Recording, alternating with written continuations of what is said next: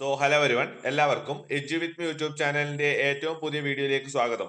ഇന്നത്തെ വീഡിയോയിൽ 8ാം class science ഓണപരീക്ഷയ്ക്ക് തയ്യാറെടുക്കുന്ന വിദ്യാർത്ഥികൾക്കായി വളരെ ഇമ്പോർട്ടന്റ് ആയിട്ടുള്ള ചോദ്യങ്ങളും അവയുടെ ഉത്തരങ്ങളുമാണ് ഡിസ്കസ് ചെയ്യുന്നത്. ഈ വീഡിയോയിൽ ഇംഗ്ലീഷ് മീഡിയം ചോദ്യങ്ങളും അതോടൊപ്പം തന്നെ മലയാളം മീഡിയം ചോദ്യങ്ങളും ഒരുപോലെ ഉൾപ്പെടുത്തിയിട്ടുണ്ട്. അതായത് ആദ്യം മലയാളം മീഡിയം ചോദ്യങ്ങളായിരിക്കും ഡിസ്കസ് ചെയ്യുക. ശേഷം വീഡിയോയുടെ പകുതി മുതൽ ഇംഗ്ലീഷ് മീഡിയം ചോദ്യങ്ങളും അവയുടെ ഉത്തരങ്ങളുമായിരിക്കും ഡിസ്കസ് ചെയ്യുക. അപ്പോൾ മലയാളം മീഡിയം വിദ്യാർത്ഥികൾ വീഡിയോ ഇപ്പോൾ മുതൽ പകുതി വരെയും, ഇംഗ്ലീഷ് മീഡിയം വിദ്യാർത്ഥികൾ വീഡിയോയുടെ ഏകദേശം പകുതി മുതലായിരിക്കും ഇംഗ്ലീഷ് മീഡിയം ചോദ്യങ്ങളും ഡിസ്കസ് ചെയ്യുക. അപ്പോൾ നിങ്ങൾ അങ്ങനെ കാണുമെന്ന് തന്നെ കരുതുന്നു. കൂടാതെ ചാനൽ ഇതുവരെയും സബ്സ്ക്രൈബ് ചെയ്യാത്ത കൂട്ടുകാർ ചാനൽ ഇപ്പോൾ തന്നെ സബ്സ്ക്രൈബ് ചെയ്തു ഒപ്പം തൊട്ടടുത്തുള്ള ബെല്ലൈക്കൺ കൂടി എനേബിൾ ചെയ്യാൻ ശ്രദ്ധിക്കുക. കൂടാതെ നിങ്ങളുടെ കൂട്ടുകാരിലേക്ക് ഷെയർ ചെയ്യാനും വീഡിയോ ഒന്ന് ലൈക്ക് ചെയ്ത് കാണാനും ശ്രദ്ധിക്കുക. കൂടാതെ എഡ്യു വിത്ത് മീ യൂട്യൂബ് ചാനലിന്റെ വാട്സാപ്പ് ചാനൽ ലിങ്ക് താഴെ ഡിസ്ക്രിപ്ഷൻ ബോക്സിലും കമന്റ് ബോക്സിലും നൽകിയിട്ടുണ്ട്. അതിൽ ക്ലിക്ക് ചെയ്ത് ജോയിൻ ചെയ്യുന്നത് വഴി നിങ്ങൾക്ക് വാട്സാപ്പിലൂടെ തന്നെ എല്ലാവിധ അപ്ഡേറ്റുകളും ലഭിക്കുന്നതായിരിക്കും. അപ്പോൾ നമുക്ക് നേരെ വീഡിയോയിലേക്ക് കടക്കാം. ആദ്യമായി മലയാളം മീഡിയം ചോദ്യങ്ങളാണ് ഡിസ്കസ് ചെയ്യുന്നത്. ഇംഗ്ലീഷ് മീഡിയം ചോദ്യങ്ങൾ ഇതിന് ശേഷം ഡിസ്കസ് ചെയ്യുന്നതായിരിക്കും. അപ്പോൾ ആദ്യമായി മലയാളം മീഡിയം ഭൗതിക ശാസ്ത്രം ഫിസിക്സ് ആണ് ഡിസ്കസ് ചെയ്യുന്നത്. ആദ്യമായി 1 മാർക്കിന്റെ ചോദ്യങ്ങളാണ്. നമുക്ക് ചോദ്യങ്ങൾ നോക്കാം. ഒന്നാമത്തെ ചോദ്യം, അടിസ്ഥാന യൂണിറ്റുകളായ സെക്കൻഡ് ഉപയോഗിച്ച് നിർണ്ണയിക്കാൻ കഴിയുന്ന അളവ് താഴെ നൽകിയിരിക്കുന്നവയിൽ ഏതാണ്? ഓപ്ഷൻസ്: കുഴിയുടെ ആഴം, പച്ചക്കറികളുടെ തൂക്കം, മത്സര ഓട്ടം പൂർത്തിയാക്കാൻ എടുത്ത സമയം, ശരീരത്തിന്റെ താപനില. സെക്കൻഡ് ഉപയോഗിച്ച്, അതായത് സമയത്തിന്റെ യൂണിറ്റ് ആണ് സെക്കൻഡ്. അപ്പോൾ അത് ഉപയോഗിച്ച് നിർണ്ണയിക്കാൻ കഴിയുന്ന അളവ് മത്സര ഓട്ടം പൂർത്തിയാക്കാൻ എടുത്ത സമയം എന്നതാണ്. ഓപ്ഷൻ സി ആണ് ഇവിടുത്തെ ശരിയായിട്ടുള്ള ഉത്തരം. ഓപ്ഷൻ സി ആണ് ഇവിടുത്തെ ശരിയായിട്ടുള്ള ഉത്തരം. അടുത്തത് രണ്ടാമത്തെ ചോദ്യം നോക്കാം. രണ്ടാമത്തെ ചോദ്യം 2 പ്രസ്താവനകൾ നൽകിയിട്ടുണ്ട്. ഓരോ പ്രസ്താവനയെ നോക്കാം. സമ്പർക്കത്തിൽ വരുന്ന യന്ത്രഭാഗങ്ങൾ ചലിക്കുമ്പോൾ തേയ്മാനം സംഭവിക്കുന്നതും വസ്തുക്കളെ മുറുകെ പിടിക്കാൻ കഴിയുന്നതും ഘർഷണം മൂലമുള്ള പ്രയോജനങ്ങളാണ്. രണ്ടാമത്തെ പ്രസ്താവന, യന്ത്രഭാഗങ്ങൾക്കിടയ്ക്ക് സുഗമമായ ചലനത്തിന് തടസ്സം നേരിടുന്നതും ഇന്ധന നഷ്ടം ഉണ്ടാകുന്നതും ഘർഷണം കൊണ്ടുള്ള ദോഷങ്ങളാണ്. ചോദ്യം ഇതാണ്: ഈ പ്രസ്താവനകളെ വിശകലനം ചെയ്ത് ചുവടെ കൊടുത്തിരിക്കുന്നവയിൽ ശരിയായത് കണ്ടെത്തുക. അതായത് ഇവിടെ നൽകിയതിൽ ശരിയായ പ്രസ്താവന ഏത് എന്ന് കണ്ടെത്തുകയാണ് ചെയ്യേണ്ടത്. ഇവിടെ ആദ്യത്തെ പ്രസ്താവന യന്ത്രഭാഗങ്ങൾ ചലിക്കുമ്പോൾ തേയ്മാനം സംഭവിക്കുന്നത് ബന്ധപ്പെട്ടാണ് പറയുന്നത്. അത് തെറ്റായ പ്രസ്താവനയാണ്. രണ്ടാമത്തെ പ്രസ്താവനയാണെങ്കിൽ യന്ത്രഭാഗങ്ങൾക്കിടയ്ക്ക് സുഗമമായ ചലനത്തിന് തടസ്സം നേരിടുന്നതും ഇന്ധന നഷ്ടം ഉണ്ടാകുന്നതും ഘർഷണം കൊണ്ടുള്ള ദോഷങ്ങളാണ് എന്നാണ് പറയുന്നത്. അത് ശരിയായ പ്രസ്താവനയാണ്. അപ്പോൾ ഇവിടുത്തെ ശരിയായിട്ടുള്ള ഉത്തരം രണ്ടാമത്തെ പ്രസ്താവന മാത്രം ശരിയാണ് എന്നതാണ്. ഓപ്ഷൻ ബി ആണ് ശരിയായിട്ടുള്ള ഉത്തരം. അടുത്തത് ബി സെക്ഷൻ നോക്കാം. ഇവിടെ 2 മാർക്കിന്റെ ചോദ്യങ്ങളാണ് നൽകിയിട്ടുള്ളത്. മൂന്നാമത്തെ ചോദ്യം, നാം സാധാരണ ഉപയോഗിക്കുന്ന സ്കെയിലിന്റെ ലീസ്റ്റ് കൗണ്ട് 0.1 സെന്റിമീറ്റർ ആണ്. ഇതുകൊണ്ട് അർത്ഥമാക്കുന്നത് എന്താണ്? ലീസ്റ്റ് കൗണ്ട് എന്നാൽ ഒരു ഉപകരണം ഉപയോഗിച്ച് അളക്കാവുന്ന ഏറ്റവും കുറഞ്ഞ അളവിനെയാണ് ലീസ്റ്റ് കൗണ്ട് എന്ന് പറയുന്നത്. ഒരു ഉപകരണം ഉപയോഗിച്ച് അളക്കാവുന്ന ഏറ്റവും കുറഞ്ഞ അളവാണ് ലീസ്റ്റ് കൗണ്ട്. അടുത്തത് ബി ക്വസ്റ്റ്യൻ നോക്കാം. ചിത്രത്തിൽ കാണുന്ന അളവ് ജാറിന്റെ ലീസ്റ്റ് കൗണ്ട് എത്രയാണ്? ഇവിടുത്തെ അളവ് ജാറിന്റെ ലീസ്റ്റ് കൗണ്ട് എത്രയാണെന്നാണ് ചോദ്യം. ഇവിടുത്തെ ജാറിൽ 1 ml മുതൽ 10 ml വരെയാണ് ഇവിടെ അളവുകൾ രേഖപ്പെടുത്തിയിരിക്കുന്നത്. ലീസ്റ്റ് കൗണ്ട് കണ്ടെത്താനായി ഇവിടെ നൽകിയിരിക്കുന്ന 2 അളവുകൾ തമ്മിൽ നോക്കുക. ഇവിടെ 1നും 2നും ഇടയിൽ എത്ര വരകളായി നമുക്ക് കാണാം? ഇവിടെ 5 വരകൾ കാണാൻ സാധിക്കുന്നു. അതായത് 1 കഴിഞ്ഞ് 2 ആവുന്നത് വരെ 4 വരകളാണ് നമുക്ക് കാണാൻ സാധിക്കുന്നത്. ഇത് 1, 2, 3, 4, 5. ഇത് 1 എന്ന അളവും ഇത് 2 എന്ന അളവുമാണ്. അതിനിടയിലാണ് 4 അളവുകൾ വരുന്നത്. അപ്പോൾ ഇത് 1, 1.2, 1.4, 1.6, 1.8, 2 എന്നിങ്ങനെയാണ് വരുന്നത്. അപ്പോൾ ഇവിടുത്തെ ലീസ്റ്റ് കൗണ്ട് എന്നത് 0.2 ml എന്നതാണ്. 0.2 ml ആണ് ശരിയായിട്ടുള്ള ഉത്തരം. 0.2 ml ആണ് ഇതിന്റെ ലീസ്റ്റ് കൗണ്ട്. നിങ്ങൾക്കിത് മനസ്സിലായിട്ടുണ്ടാവുമെന്ന് പ്രതീക്ഷിക്കുന്നു. അടുത്തത് 4ാമത്തെ ചോദ്യമാണ്. ചുവടെ നൽകിയ അളവുകളെ അടിസ്ഥാന അളവുകൾ വ്യുൽപ്പന്ന അളവുകൾ എന്നിങ്ങനെ തരംതിരിക്കുക. നീളം, പരപ്പളവ്, വ്യാപ്തം, മാസ്. ഇതിൽ അടിസ്ഥാന അളവുകളും വ്യുൽപ്പന്ന അളവുകളും ഏതൊക്കെയാണെന്നാണ് ചോദ്യം. ഇവിടെ അടിസ്ഥാന അളവ് എന്നത് നീളം, അതോടൊപ്പം തന്നെ മാസ് എന്നിവയാണ് അടിസ്ഥാന യൂണിറ്റ്. നീളം, മാസ് എന്നിവയാണ് അടിസ്ഥാന യൂണിറ്റ്. അടുത്തത് വ്യുൽപ്പന്ന യൂണിറ്റ് നോക്കുകയാണെങ്കിൽ പരപ്പളവും വ്യാപ്തവുമാണ് വ്യുൽപ്പന്ന യൂണിറ്റ്. നീളം, മാസ് എന്നത് അടിസ്ഥാന യൂണിറ്റും മറ്റ് രണ്ട് വ്യുൽപ്പന്ന യൂണിറ്റുകളുമാണ്. അടുത്തത് അഞ്ചാമത്തെ ചോദ്യമാണ്. അഞ്ചാമത്തെ ചോദ്യം, ചലനാവസ്ഥ, നിശ്ചലാവസ്ഥ എന്നിവയുമായി ബന്ധപ്പെട്ട പട്ടിക പൂർത്തിയാക്കുക. ഇവിടെ സന്ദർഭം, ചലനാവസ്ഥ, നിശ്ചലാവസ്ഥ എന്നിങ്ങനെ നൽകിയിട്ടുണ്ട്. ഓടിക്കൊണ്ടിരിക്കുന്ന കുട്ടിയെ അപേക്ഷിച്ച് തലയിലിരിക്കുന്ന തൊപ്പി ഏതവസ്ഥയിലാണ്? തലയിലിരിക്കുന്ന തൊപ്പി നിശ്ചലാവസ്ഥയിലാണ്. തറയെ അപേക്ഷിച്ച് ഓടുന്ന കുട്ടിയുടെ തലയിലിരിക്കുന്ന തൊപ്പി ഏതവസ്ഥയിലാണ്? അത് ചലനാവസ്ഥയിലാണ്. അടുത്ത ചോദ്യം, ആറാമത്തെ ചോദ്യമാണ്. ഒരു കുട്ടിയുടെ സയൻസ് ഡയറിയിലെ ചില രേഖപ്പെടുത്തലുകളാണ് തന്നിരിക്കുന്നത്. അവയിലെ തെറ്റായവ കണ്ടെത്തി തിരുത്തി എഴുതുക എന്നതാണ്. ഇവിടെ മണ്ണെണ്ണയുടെ സാന്ദ്രത എന്നത് 810 കിലോഗ്രാം പെർ മീറ്റർ എന്നാണ് എഴുതിയിട്ടുള്ളത്. ഇത് തെറ്റായ ഒരു യൂണിറ്റ് ആണ്. ഇത് 810 കിലോഗ്രാം പെർ മീറ്റർ ക്യൂബ് എന്നതാണ് ശരിയായിട്ടുള്ള ഉത്തരം. ഇങ്ങനെയാണ് ഇത് ശരിയാക്കി എഴുതേണ്ടത്. ഇത് തെറ്റായിട്ടുള്ള ഒരു ഓപ്ഷൻ ആണ്. കൂടാതെ പേനയുടെ നീളം 12 സെന്റിമീറ്റർ, അത് ശരിയായിട്ടുള്ള രീതിയാണ്. അടുത്തത്, വസ്തുവിൽ പ്രയോഗിച്ച ബലം 2 ന്യൂട്ടൺ എന്നാണ് എഴുതേണ്ടത്. 20 ന്യൂട്ടൺ എന്നാണ് എഴുതേണ്ടത്. പക്ഷേ ഇവിടെ 20 N എന്നത് N സ്മോൾ ലെറ്റർ ആണ്. ന്യൂട്ടൺ എന്നതിന്റെ ഇത് ക്യാപിറ്റൽ ലെറ്റർ ആണ്. അപ്പോൾ നമുക്കതിനെ ക്യാപിറ്റൽ ലെറ്റർ ആക്കി മാറ്റേണ്ടതുണ്ട്. 20 ന്യൂട്ടൺ, അതായത് ക്യാപിറ്റൽ N ആണ് ഇവിടെ വേണ്ടത്. അപ്പോൾ ഇവിടെ A എന്നത് നമ്മൾ 810 കിലോഗ്രാം പെർ മീറ്റർ ക്യൂബ് എന്നും മൂന്നാമത്തേത് 20 ന്യൂട്ടൺ എന്നുമാണ് നമ്മൾ എഴുതിയത്. അടുത്ത ചോദ്യം നോക്കാം. അടുത്ത ചോദ്യം ഏഴാമത്തെ ചോദ്യമാണ്. ഞെട്ടറ്റ് വീഴുന്ന മാങ്ങയുടെ ചലനത്തിനും അടിച്ചുതെറിപ്പിക്കുന്ന ക്രിക്കറ്റ് ബോളിന്റെ ചലനത്തിനും ബലം ആവശ്യമാണല്ലോ. ഈ രണ്ട് സാഹചര്യങ്ങളിലും പ്രയോഗിക്കപ്പെട്ടത് ഏത് തരം ബലങ്ങളാണെന്ന് വിശദമാക്കുക എന്നതാണ് ചോദ്യം. ആദ്യമായി തന്നെ ഞെട്ടറ്റ് വീഴുന്ന മാങ്ങയുടെ ചലനത്തിലുള്ള ബലമാണ് നമ്മൾ നോക്കുന്നത്. ഞെട്ടറ്റ് വീഴുന്ന മാങ്ങയുടെ ചലനത്തിന് കാരണം ഗുരുത്വാകർഷണ ബലമാണ്. ഇത് സമ്പർക്കരഹിത ബലമാണ്. എന്നാൽ അടിച്ചുതെറിപ്പിക്കുന്ന ക്രിക്കറ്റ് ബോളിൽ ചലനത്തിന് ബോളും ബാറ്റും തമ്മിൽ സമ്പർക്കം വരേണ്ടതുണ്ട്. അത് സമ്പർക്ക ബലമാണ്. ആദ്യത്തേത് സമ്പർക്കരഹിത ബലവും രണ്ടാമത്തേത് സമ്പർക്ക ബലവുമാണ്. അടുത്തത് ബി ക്വസ്റ്റ്യൻ ആണ്. പരുപരുത്ത പ്രതലത്തിലൂടെ ഭാരമുള്ള ഒരു പെട്ടി നിരക്കി നീക്കുമ്പോഴും അതേ പെട്ടി ടയർ ഘടിപ്പിച്ച ട്രോളിയിൽ വെച്ച് നീക്കുമ്പോഴും നാം പ്രയോഗിക്കേണ്ട ബലത്തിന്റെ അളവിൽ വരുന്ന മാറ്റം എന്ത്? കാരണം വിശദീകരിക്കുക എന്നതാണ് ചോദ്യം. നമുക്കറിയാം, ടയർ ഘടിപ്പിച്ച ട്രോളിയിൽ വെച്ച് നീക്കുമ്പോൾ കുറച്ച് ബലം പ്രയോഗിച്ചാൽ മതി. കാരണം അവിടെ പ്രയോജനപ്പെടുത്തുന്നത് ഉരുളൽ ഘർഷണമാണ്. ടയർ ഉരുളുന്നതാണ് ഇവിടെ പ്രയോജനപ്പെടുത്തുന്ന ബലം. ഉരുളൽ ഘർഷണം നിരങ്ങൽ ഘർഷണത്തെക്കാൾ കുറവാണ്. നമുക്ക് ഉരുട്ടി കൊണ്ടുപോകുന്നതാണ് നിരക്കി കൊണ്ടുപോകുന്നതിനേക്കാൾ വളരെ എളുപ്പമുള്ള കാര്യം. അപ്പോൾ ഉരുളൽ ഘർഷണം നിരങ്ങൽ ഘർഷണത്തെക്കാൾ കുറവാണ്. അടുത്ത ചോദ്യം നോക്കാം. എട്ടാമത്തെ ചോദ്യം. ഒരു ബസ് 15 സെക്കൻഡ് കൊണ്ട് 225 മീറ്റർ ദൂരം സഞ്ചരിച്ചു. ഒരു കാർ 21 സെക്കൻഡ് കൊണ്ട് 294 മീറ്റർ ദൂരം സഞ്ചരിച്ചു. രണ്ട് വാഹനങ്ങളുടെയും വേഗം കണക്കാക്കി ഇതിൽ വേഗം കൂടിയ വാഹനം ഏതെന്ന് കണ്ടെത്തി എഴുതുക എന്നതാണ് ചോദ്യം. വേഗത എന്നത് ദൂരം ബൈ സമയമാണ്. അതായത് ഡിസ്റ്റൻസ് ഈക്വൽ ടു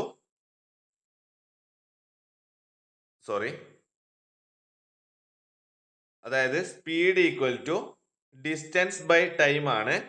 ഇവിടെ ആദ്യത്തേത് ബസ്സിന്റെ കേസ് നോക്കുകയാണെങ്കിൽ, ബസ് നമുക്ക് നീല മഷി കൊണ്ട് എഴുതാം. ബസ്സിന്റെ കേസ് നോക്കുകയാണെങ്കിൽ ഡിസ്റ്റൻസ് എന്നത് നമ്മൾ സ്പീഡാണ് കണ്ടുപിടിക്കുന്നത്. ബസ്സിന്റെ കേസിൽ ഡിസ്റ്റൻസ് എന്നത് 225 മീറ്റർ ആണ്. ടൈം എന്നത് 15 സെക്കൻഡ് ആണ്. 225 ഡിവൈഡഡ് ബൈ 15 എന്നാൽ ഉത്തരം 15 ആണ്. ഉത്തരം 15 മീറ്റർ പെർ സെക്കൻഡ് ആണ് സ്പീഡ്. ഇനി അടുത്തതായി കാറിന്റെ വേഗത കണക്കാക്കിയാൽ ഇവിടെയും ഉപയോഗിക്കേണ്ട equation speed equal to distance by time എന്ന് തന്നെയാണ്. കാറിന്റെ സ്പീഡ് കണ്ടെത്താനായി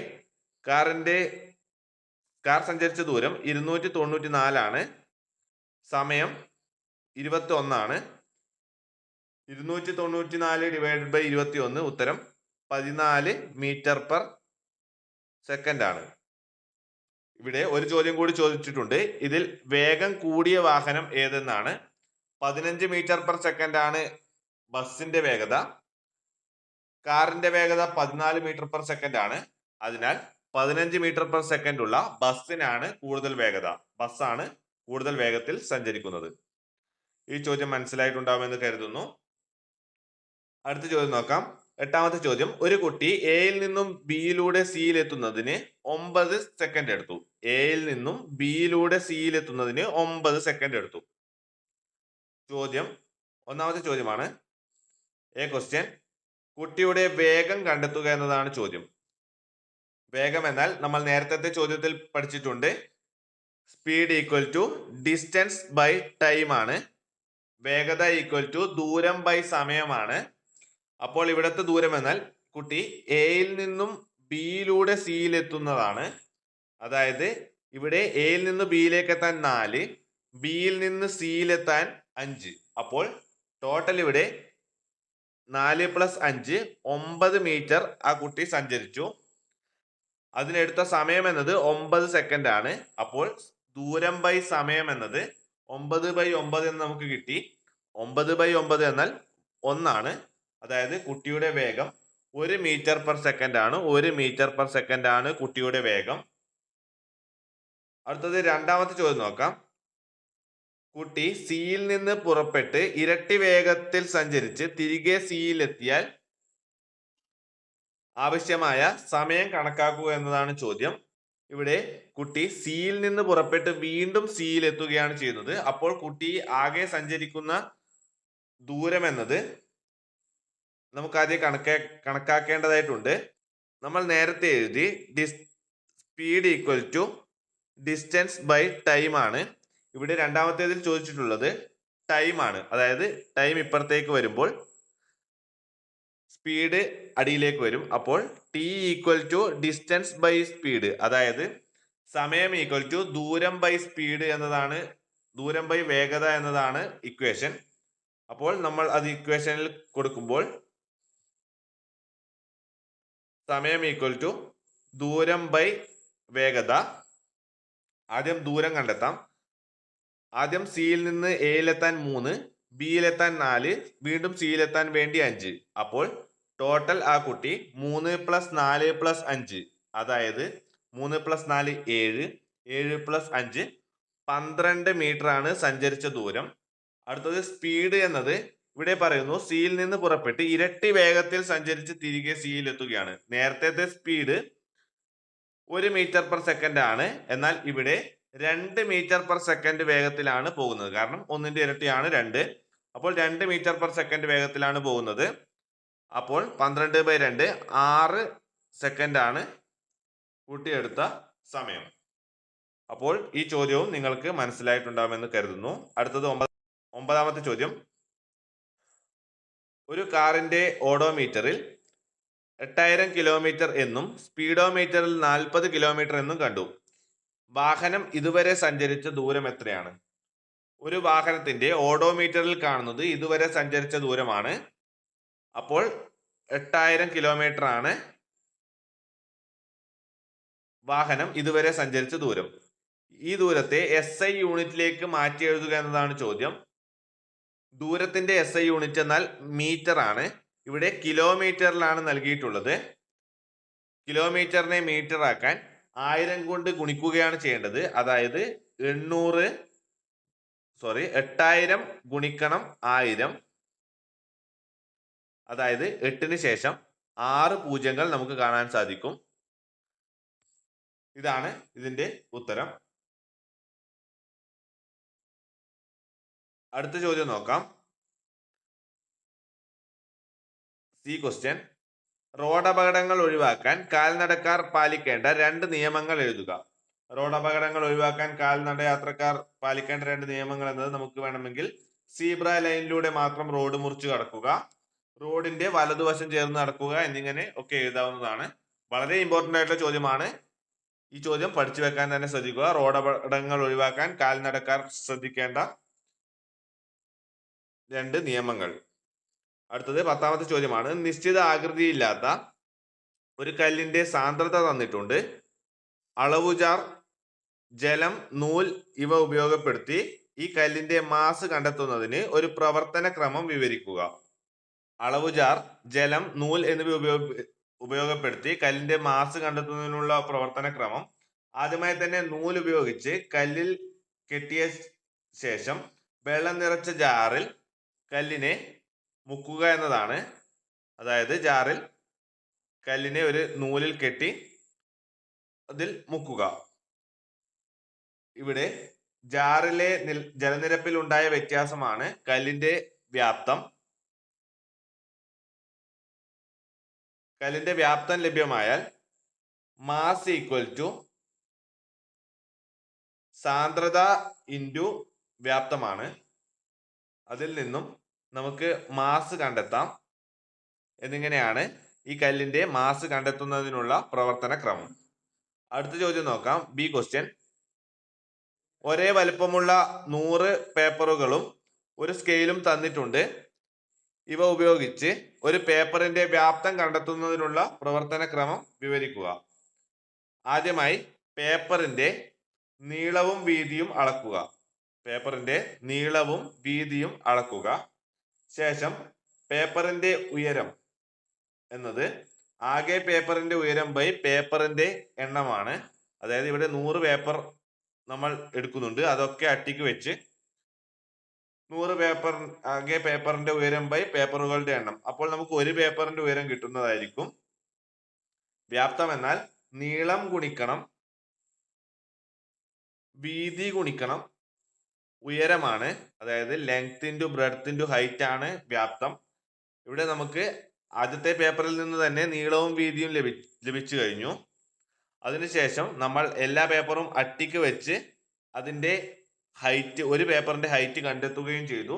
അപ്പോൾ അതൊക്കെ ഈ ഇക്വേഷൻ സബ്സ്റ്റിറ്റ്യൂട്ട് ചെയ്താൽ നമുക്ക് അതിന്റെ ഉത്തരം ലഭിക്കുന്നതായിരിക്കും. അപ്പോൾ മലയാളം മീഡിയം ഫിസിക്സ് ചോദ്യങ്ങൾ അവസാനിച്ചു. അടുത്തതായി കെമിസ്ട്രി ചോദ്യങ്ങളാണ് ഡിസ്കസ് ചെയ്യുന്നത്. കെമിസ്ട്രി ചോദ്യങ്ങൾ നോക്കാം. ആദ്യമായി 1ാമത്തെ ചോദ്യം ചേരുംപടി ചേർക്കുക എന്നതാണ്. ഇവിടെ മൂലകങ്ങളും പ്രതീകവും നൽകിയിട്ടുണ്ട്. അലുമിനിയത്തിന്റെ പ്രതീകം Al എന്നതാണ്. അടുത്തതായി ഇരുമ്പിന്റെ പ്രതീകം എന്നത് Fe ആണ്. ഫ്ലൂറിന്റെ പ്രതീകം എന്നത് F ആണ്. സ്വർണത്തിന്റെ പ്രതീകം എന്നത് Au ആണ്. അപ്പോൾ 1D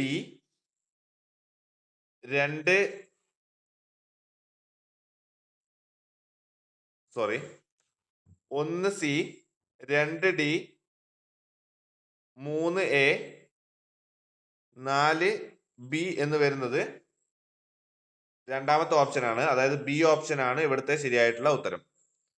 അടുത്ത ചോദ്യം നോക്കാം. 2 പ്രസ്താവനകൾ ചുവടെ നൽകിയിരിക്കുന്നു. വൈദ്യുത ലേപന പ്രക്രിയ വഴി ചെമ്പ് വളയിൽ സ്വർണം പൂശാൻ സാധിക്കും. ഈ പ്രക്രിയയിൽ ചെമ്പ് വള ബാറ്ററിയുടെ പോസിറ്റീവ് ടെർമിനലിനോട് ബന്ധിപ്പിക്കുന്നു. ചുവടെ നൽകിയിരിക്കുന്നവയിൽ ശരിയായ പ്രസ്താവന ഏതെന്ന് തിരഞ്ഞെടുത്ത് എഴുതാനാണ് ചോദ്യം. ഇവിടെ വൈദ്യുത ലേപന പ്രക്രിയ വഴി ചെമ്പ് വളയിൽ സ്വർണം പൂശാൻ സാധിക്കുമെന്നത് ശരിയായ ഒരു പ്രസ്താവനയാണ്. അടുത്തത് 2ാമത്തെ പ്രസ്താവന നോക്കുകയാണെങ്കിൽ ഈ പ്രക്രിയയിൽ ചെമ്പ് വള ബാറ്ററിയുടെ പോസിറ്റീവ് ടെർമിനലിനോട് ബന്ധിപ്പിക്കുന്നു എന്നതാണ്. ഇത് തെറ്റായ പ്രസ്താവനയാണ്. അപ്പോൾ ഇവിടുത്തെ ശരിയായിട്ടുള്ള ഉത്തരം പ്രസ്താവന 1 ശരിയാണ്, എന്നാൽ പ്രസ്താവന 2 തെറ്റാണ് എന്ന സി ഓപ്ഷൻ ആണ് ശരിയായിട്ടുള്ള ഉത്തരം. സി ഓപ്ഷൻ ആണ് ശരിയായിട്ടുള്ള ഉത്തരം. അടുത്തത് 3ാമത്തെ ചോദ്യം നോക്കാം. ഹൈഡ്രജന്റെ 2 ആറ്റങ്ങളും ഓക്സിജന്റെ 1 ആറ്റവും ചേർന്ന് ഒരു ജല തന്മാത്ര ഉണ്ടാകുന്നു. ഓക്സിജന്റെ 2 ആറ്റങ്ങൾ ചേർന്ന് ഒരു ഓക്സിജൻ തന്മാത്ര ഉണ്ടാകുന്നു. ചോദ്യം. രാസപ്രവർത്തനത്തിലൂടെ വിഘടിപ്പിച്ച് ഘടകങ്ങളാക്കാൻ കഴിയാത്ത പദാർത്ഥങ്ങൾ ഡാഷ് എന്ന പേരിൽ അറിയപ്പെടുന്നു. അവ മൂലകങ്ങൾ എന്ന പേരിലാണ് അറിയപ്പെടുന്നത്. അവയെ രാസപ്രവർത്തനത്തിലൂടെ വിഘടിപ്പിച്ച് ഘടകങ്ങളാക്കാൻ കഴിയാത്ത പ്രവർത്തനങ്ങളാണ്. അടുത്തത് ബി, ജലം ഒരു സംയുക്തമാണ്. വിശദീകരിക്കുക. ജലം എന്നതിൽ ഒന്നിലധികം മൂലകങ്ങൾ അടങ്ങിയിട്ടുണ്ട്. ഒന്നിലധികം മൂലകങ്ങൾ ചേർന്നതാണ് സംയുക്തം. ഒരു നിശ്ചിത അനുപാതത്തിൽ ഒന്നിലധികം മൂലകങ്ങൾ ചേർന്നുണ്ടാകുന്ന ശുദ്ധ പദാർത്ഥങ്ങളാണ് സംയുക്തങ്ങൾ. ജലത്തെ രാസപ്രവർത്തനങ്ങൾ വഴി ഹൈഡ്രജനും ഓക്സിജനും ആയി വേർതിരിച്ചെടുക്കാം. അതായത് ജലത്തിൽ ഹൈഡ്രജനും ഓക്സിജനും എന്നിങ്ങനെയുള്ള രണ്ട് മൂലകങ്ങൾ ചേർന്നാണ് ഉണ്ടായിരിക്കുന്നത്. അതിനാൽ ജലം ഒരു സംയുക്തമാണ്. അടുത്തത് നാലാമത്തെ ചോദ്യമാണ്. A question. ഒരു വാച്ച് ഗ്ലാസ്സിൽ അല്പം സിൽവർ നൈട്രേറ്റ് ലായനി എടുത്ത് അതിലേക്ക് സോഡിയം ക്ലോറൈഡ് ലായനി ചേർക്കുന്നു. ഉണ്ടാകുന്ന ഉൽപ്പന്നം 2 കഷണം പഞ്ഞിയിൽ മുക്കി ഒന്ന് കറുത്ത കടലാസിൽ പൊതിഞ്ഞും മറ്റേത് തുറന്നും അല്പസമയം വയ്ക്കുന്നു. ഈ പരീക്ഷണത്തിന്റെ നിരീക്ഷണവും നിഗമനവും എഴുതുക എന്നതാണ് ചോദ്യം. ഉത്തരം: കറുത്ത കടലാസ് കൊണ്ട് പൊതിഞ്ഞ പഞ്ഞിയുടെ നിറം മാറിയിട്ടില്ല. കാരണം അതിൽ സൂര്യപ്രകാശം തട്ടാത്തതിനാൽ രാസമാറ്റം നടന്നിട്ടില്ല. എന്നാൽ കറുത്ത പേപ്പർ കൊണ്ട് പൊതിയാത്ത പഞ്ഞിയുടെ നിറം കറുത്ത നിറമായിരിക്കും. കാരണം ഇതിൽ പ്രകാശം തട്ടുന്നതിനാൽ സിൽവർ ക്ലോറൈഡ് വിഘടിച്ച് കറുത്ത സിൽവർ അയോണുകൾ ഉണ്ടാകുന്നു. എന്നിങ്ങനെയാണ് ഇതിന്റെ ഉത്തരം എഴുതേണ്ടതായിട്ടുള്ളത്. അടുത്തതായി ബി ക്വസ്റ്റ്യൻ നോക്കാം. B question. ജീവന്റെ നിലനിൽപ്പിന് തന്നെ കാരണമാകുന്ന പ്രവർത്തനമാണ് പ്രകാശ സംശ്ലേഷണം. പ്രകാശ സംശ്ലേഷണത്തിൽ നടക്കുന്ന ഊർജമാറ്റം എഴുതുക. പ്രകാശ സംശ്ലേഷണത്തിൽ പ്രകാശോർജം രാസോർജമായിട്ടാണ് മാറുന്നത്. പ്രകാശോർജം രാസോർജമായിട്ടാണ് പ്രകാശ സംശ്ലേഷണത്തിൽ മാറുന്നത്. B question. ചില മരുന്നുകൾ ബ്രൗൺ നിറമുള്ള കുപ്പികളിൽ സൂക്ഷിക്കുന്നു. കാരണം എന്ത്? മരുന്നുകൾ പ്രകാശോർജം ആഗിരണം ചെയ്ത് വിഘടിച്ചു പോകാതിരിക്കാനാണ് അവ ബ്രൗൺ നിറമുള്ള കുപ്പികളിൽ അല്ലെങ്കിൽ ഇരുണ്ട നിറമുള്ള കുപ്പികളിൽ സൂക്ഷിക്കുന്നത്. അടുത്ത ചോദ്യം, അഞ്ചാമത്തെ ചോദ്യമാണ്. A question. കാൽസ്യം കാർബണേറ്റ് വിഘടിക്കുന്ന പ്രവർത്തനത്തിന്റെ രാസസമവാക്യം നൽകിയിരിക്കുന്നു. CaCO3 gives CaO plus CO2. പ്രവർത്തനത്തിലെ ഉൽപ്പന്നങ്ങൾ ഏവ എന്നാണ് ചോദ്യം. ഉൽപ്പന്നങ്ങൾ എന്നാൽ റിയാക്ഷന്റെ വലതുഭാഗത്ത് എഴുതുന്ന ാണ്. അപ്പോൾ ഇവിടെ CaOയും CO2മാണ് ഇവിടത്തെ ഉൽപ്പന്നങ്ങൾ. അതായത് രാസപ്രവർത്തനത്തിന്റെ ഉൽപ്പന്നങ്ങൾ വലതുഭാഗത്ത് എഴുതുന്ന ാണ്. അടുത്ത ചോദ്യം നോക്കാം. B question. സൾഫർ ഓക്സിജനുമായി പ്രവർത്തിച്ച് സൾഫർ ഡയോക്സൈഡ് ഉണ്ടാകുന്ന പ്രവർത്തനത്തിന്റെ രാസസമവാക്യം എഴുതുക എന്നതാണ് ചോദ്യം. ഇവിടെ സൾഫർ ഓക്സിജനും പ്രവർത്തിച്ച് സൾഫർ ഡയോക്സൈഡ് ആണ് ഉണ്ടാകേണ്ടത്. അതായത് എസ്, സൾഫറിൻ്റെത് സിമ്പൽ എസ് ആണ്. S plus O2 gives SO2. അതായത് സൾഫറും ഓക്സിജനും പ്രവർത്തിച്ച് സൾഫർ ഡൈഓക്സൈഡ് അതായത് 2 ഓക്സിജൻ ഉണ്ട്, അതാണ് ഡൈ ഓക്സൈഡ് എന്ന് പറയുന്നത്. അപ്പോൾ S plus O2 gives SO2 എന്നതാണ് സൾഫറും ഓക്സിജനും പ്രവർത്തിച്ച് സൾഫർ ഡയോക്സൈഡ് ഉണ്ടാകുന്നതിനുള്ള ഫോർമുല. അടുത്ത ചോദ്യം. സ്ഥിതി ചെയ്യാൻ സ്ഥലം ആവശ്യമുള്ളതും മാസ് ഉള്ളതുമായ ഏതിനെയും ദ്രവ്യം എന്ന് വിളിക്കുന്നു. മാസ് എന്നാൽ എന്ത്? മാസ് എന്നാൽ ഒരു പദാർത്ഥത്തിൽ അടങ്ങിയിട്ടുള്ള ദ്രവ്യത്തിന്റെ അളവാണ് മാസ്. ഒരു പദാർത്ഥത്തിൽ അടങ്ങിയിട്ടുള്ള ദ്രവ്യത്തിന്റെ അളവാണ് മാസ്. B question. ദ്രവ്യത്തിന് സ്ഥിതി ചെയ്യാൻ സ്ഥലം ആവശ്യമാണെന്ന് തെളിയിക്കുന്ന ഒരു പരീക്ഷണത്തിന്റെ പ്രവർത്തന ക്രമം എഴുതുക എന്നതാണ് ചോദ്യം. ഇവിടെ നമുക്ക് പകുതി ഭാഗം ജലമെടുത്ത് ജലനിരപ്പ് അടയാളപ്പെടുത്തിയ ഒരു ബീക്കറിലേക്ക് ഒരു കല്ല് നൂലിൽ കെട്ടി സാവധാനം താഴ്ത്തുക. അപ്പോൾ ബീക്കറിലെ ജലനിരപ്പ് സാവധാനം ഉയരുന്നതായി കാണാം. നമ്മൾ നേരത്തെ ഫിസിക്സിൽ ചെയ്ത ഒരു പരീക്ഷണം തന്നെയാണ് ഇവിടെയും എഴുതാനായിട്ടുള്ളത്. അവിടെയും മാസ് ഉണ്ട് എന്നതാണ് തെളിയിക്കേണ്ടത്. അപ്പോൾ ഏഴാമത്തെ ചോദ്യം. സോഡിയം ജലവുമായി പ്രവർത്തിച്ച് സോഡിയം ഹൈഡ്രോക്സൈഡും ഹൈഡ്രജൻ വാതകവും ഉണ്ടാകുന്നു. ഈ പ്രവർത്തനം ഭൗതിക മാറ്റമോ രാസമാറ്റമോ? എന്തുകൊണ്ട്? സോഡിയവും ജലവും പ്രവർത്തിച്ച് സോഡിയം ഹൈഡ്രോക്സൈഡും ഹൈഡ്രജൻ വാതകവും ഉണ്ടാക്കുന്ന പ്രവർത്തനം ഒരു രാസമാറ്റമാണ്.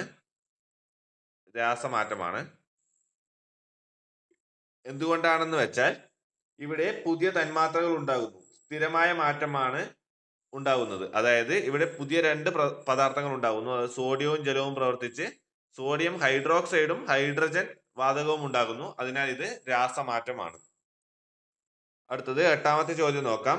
നിരവധി ശാസ്ത്രജ്ഞരുടെ ശ്രമഫലമായാണ് നാം ഇന്ന് ഉപയോഗിക്കുന്ന ആധുനിക ആവർത്തന പട്ടികയിലേക്ക് എത്തിച്ചേർന്നിട്ടുള്ളത്. ചുവടെ നൽകിയിരിക്കുന്ന ശാസ്ത്രജ്ഞർ മൂലകങ്ങളെ വർഗീകരിച്ചത് എങ്ങനെയെന്ന് വിശദീകരിക്കുക എന്നതാണ് ചോദ്യം. ഇവിടെ ആദ്യമായി പറയുന്നത് ലാവോസിയ, അതായത് അന്റോയിൻ ലാവോസിയ എന്ന ശാസ്ത്രജ്ഞനെ എന്ത് ചെയ്തു എന്നാണ്. ലാവോസിയ അന്ന് അറിയപ്പെട്ടിരുന്ന മൂലകങ്ങളെ ലോഹങ്ങൾ, അലോഹങ്ങൾ എന്നിങ്ങനെ വർഗീകരിച്ചാണ് എഴുതിയത്. അടുത്തത് ന്യൂലാൻഡ്സ് ആണ്. ന്യൂലാൻഡ്സ് മൂലകങ്ങളെ മാസ് നമ്പറിന്റെ അടിസ്ഥാനത്തിൽ അഷ്ടക നിയമം ഉപയോഗിച്ച് ക്രമപ്പെടുത്തി. അഷ്ടക നിയമമാണ് ന്യൂലാൻഡ്സ്. എന്നാൽ ലാവോസിയ അറിയപ്പെട്ടിരുന്ന മൂലകങ്ങളെ ലോഹങ്ങൾ, അലോഹങ്ങൾ എന്നിങ്ങനെ ക്ലാസിഫൈ ചെയ്തു. അടുത്തത് ബി ക്വസ്റ്റ്യൻ ആണ്. മെൻഡലീവ് മൂലകങ്ങളെ വർഗീകരിച്ചത് എങ്ങനെയാണ്? മെൻഡലീവ് മാസ് നമ്പറിന്റെ ആരോഹണ ക്രമത്തിൽ ആവർത്തന നിയമം ഉപയോഗിച്ച് പട്ടികപ്പെടുത്തുകയാണ് ചെയ്തത്. മെൻഡലീഫിന്റെ പീരിയോഡിക് ടേബിളിന്റെ ഒരു മേന്മ എഴുതുക എന്നതാണ് ചോദ്യം. മെൻഡലീഫിന്റെ പീരിയോഡിക് ടേബിളിന്റെ മേന്മയാണ് അറിയപ്പെടാതിരുന്ന മൂലകങ്ങൾക്കായുള്ള കളങ്ങൾ ഒഴിച്ചിടുകയും അവയുടെ ഗുണങ്ങൾ പ്രവചിക്കുകയും ചെയ്തു. സമാന ഗുണങ്ങൾ ഉള്ള മൂലകങ്ങൾ ഒരേ ഗ്രൂപ്പിൽ വരത്തക്ക വിധം വർഗീകരിച്ചത് മൂലകങ്ങളുടെയും അവയുടെ സംയുക്തങ്ങളുടെയും പഠനം കുറച്ചുകൂടി എളുപ്പമാക്കി. ഇങ്ങനെയാണ് ഇതിന്റെ ഉത്തരം എഴുതേണ്ടത്. അടുത്തത് 3 മാർക്കിന്റെ ചോദ്യങ്ങളാണ്. 2 പ്രവർത്തനങ്ങൾ നൽകിയിരിക്കുന്നു. ഒന്നാമത്തെ പ്രവർത്തനം, ഒരു വാച്ച് ഗ്ലാസ്സിൽ അല്പം അമോണിയം ക്ലോറൈഡ് എടുത്ത് അതിലേക്ക് അല്പം ബേരിയം ഹൈഡ്രോക്സൈഡ് ചേർക്കുക. ഗ്ലാസ് റോഡ് ഉപയോഗിച്ച് നന്നായി ഇളക്കി വാച്ച് ഗ്ലാസിന്റെ അടിഭാഗം സ്പർശിക്കുക. രണ്ടാമത്തെ പ്രവർത്തനം, മഗ്നീഷ്യവും നേർപ്പിച്ച ഹൈഡ്രോക്ലോറിക് ആസിഡും തമ്മിലുള്ള പ്രവർത്തനമാണ്. ഇവിടെ ചോദ്യം നോക്കാം. എ ക്വസ്റ്റ്യൻ, പ്രവർത്തനം 1ന്റെ നിരീക്ഷണം എഴുതുക. അതായത് ഒരു വാച്ച് ഗ്ലാസ്സിൽ അല്പം അമോണിയം ക്ലോറൈഡ് എടുത്ത് അതിലേക്ക് അല്പം ബേരിയം ഹൈഡ്രോക്സൈഡ് ചേർത്ത് ഗ്ലാസ് റോഡ് ഉപയോഗിച്ച് നന്നായി ഇളക്കി വാച്ചിന്റെ അടിഭാഗം സ്പർശിക്കുമ്പോൾ എന്താണ് സംഭവിക്കുന്നത്? ഗ്ലാസിന്റെ അടിഭാഗത്ത് തണുപ്പ് അനുഭവപ്പെടും. രണ്ടാമത്തെ ചോദ്യം, പ്രവർത്തനം 2ൽ ഉണ്ടാകുന്ന വാതകത്തെ എങ്ങനെ തിരിച്ചറിയാം എന്നതിനുള്ള ഉത്തരം, ടെസ്റ്റ് ട്യൂബിന്റെ വായ്ഭാഗത്തേക്ക് കത്തുന്ന തീപ്പെട്ടിക്കോൽ അല്ലെങ്കിൽ ചന്ദനത്തിരി കാണിക്കുക. അപ്പോൾ അത് വലിയ ശബ്ദത്തോടെ കത്തുന്നു. ഇത് ഹൈഡ്രജൻ കാരണമാണ്.